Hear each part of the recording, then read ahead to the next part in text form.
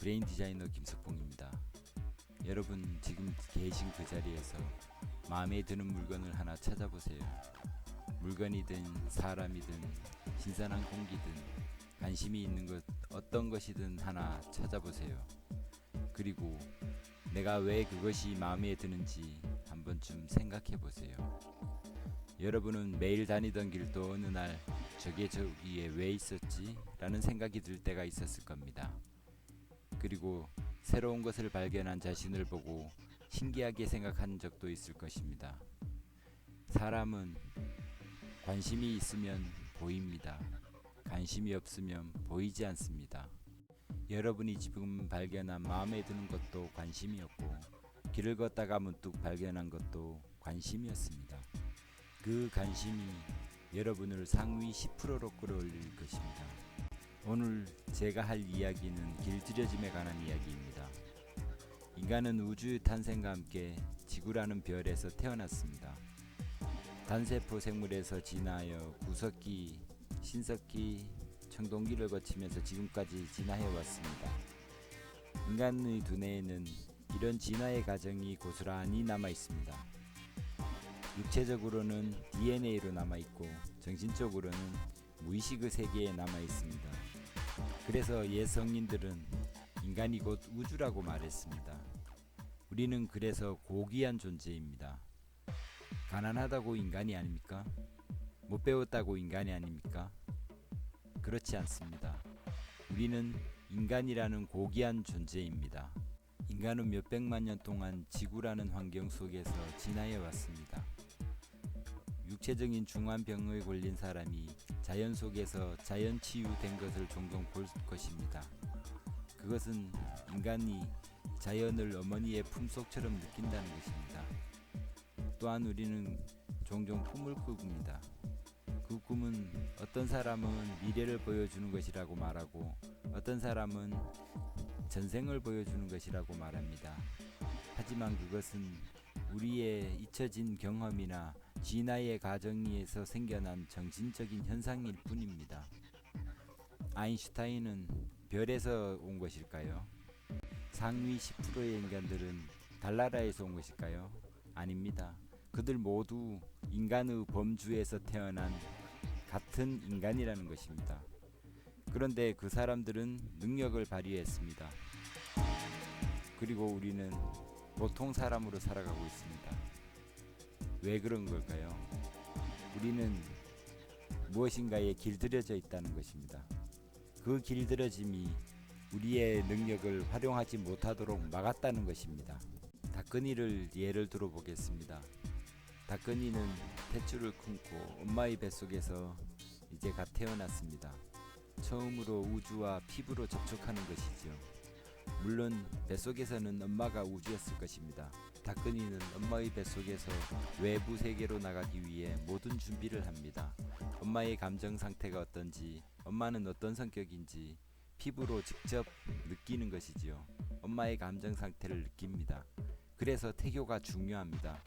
그런데 이렇게 모든 준비를 하고 태어난 아이를 우리는 엄마의 품이 아닌 신생아실로 격리시킵니다. 엄마의 품이 가장 안정된 감을 주는 것은 당연한 일인데 이런저런 이유로 엄마와 분리시키는 것이지요. 그때부터 아이는 이질감에 길들여지는 것입니다. 닭근이 자신에게 편안한 곳은 엄마의 품인데 신생아실로 보내진다는 것입니다. 태어나서부터 그곳으로 가게 돼 있는 것에 익숙해진다는 것입니다. 신생아실에서 먼저 태어난 아이가 배가 고파 울면 닭근이도 따라옵니다. 닭근이는 배가 고프지도 않는데요. 그러면 먹을 것을 갖다 준다는 것을 알게 됩니다. 닭근이는 신생아실에서부터 세상은 원래 이런 것이구나 라고 알게 됩니다. 그리고 배가 고프면 울면 밥을 준다는 것을 닭근이는 알게 됩니다. 그리고 자신을 합리화시킵니다. 이런 닭근이가 4살이 되었습니다. 그동안 기어다니고 놀고 그때마다 엄마는 하지 말라는 것이 너무 많았습니다. 4살이 되고 보니 자기가 사는 공간의 세상들을 다 아는 느낌입니다. 그래서 자기 맘대로 하고 싶다고, 자기 생각대로 살고 싶다고 행동합니다. 그러면 미운 내살인이 잡아야 한다고 부모들은 말합니다. 그리고 주위에서 그렇게 이야기합니다. 힘이 약한 닭근이는 엄마 아래 복종할 수밖에 없습니다. 생명의 위험을 느끼니까요. 엄마는 신이거든요. 그 나이 때 미운 7살도 마찬가지입니다. 닭근이는 자기 마음대로 살고 싶은 것 뿐인데, 자기 생각대로 살고 싶은 것 뿐인데 또다시 규제를 하는 거죠. 미운 7살이는 미명하에 부모들은 아이들을 구속합니다. 초등학교도 마찬가지입니다. 유치원도 마찬가지입니다. 자기 마음대로 놀 수 없게 만듭니다. 자기 생각대로 할 수 있는 기회를 주지 않습니다. 중학교 때도 고등학교 때도. 그리고 학교에선 이렇게 가르칩니다. 부모에게 효도해라. 공부는 열심히 해야 된다. 막연히 그렇게만 말합니다.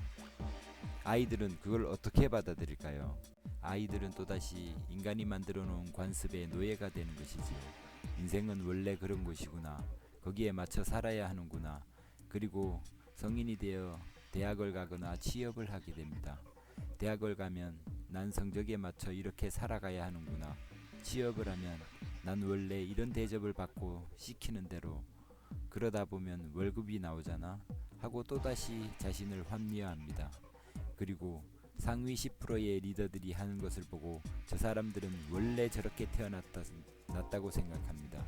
저 사람들은 원래 부자니까 하면서 또다시 자신을 합리화합니다. 그리고는 부러워합니다. 하지만 상위 리더들은 그렇게 말합니다. 난 이런 고생을 했고 이렇게 올라왔다고 이런 말을 하면 그 말이 이해가 되지 않습니다. 진짜일까? 라고 의심을 하는 거죠.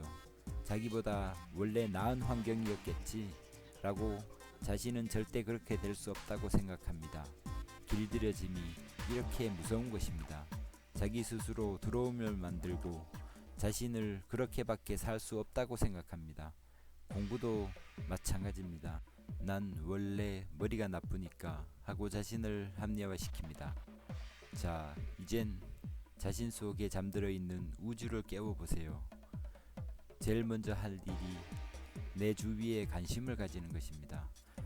하찮게 버려지는 쓰레기조차 관심을 가져보세요. 그리고 그것이 왜 버려지는지, 어떻게 거기까지 왔는지, 무엇이 그렇게 만들었는지, 내 주위의 것들을 그렇게 생각하는 습관을 들이다보면 어느샌가 자신이 많은 것을 알게 되었다는 것을 알게 될 것입니다. 느끼게 될 것입니다. 그리고 자신이 그 속에서 무엇을 해야 하고 무엇을 위해 살아가야 될지 알게 될 것입니다. 그리고 돈 버는 방법도, 자식을 어떻게 키워야 할지, 인간을 사랑하는 방법도 생각나게 될 것입니다. 여러분은 우주를 품은 위대한 인간입니다. 자신에게 사랑한다고 속삭여 보세요.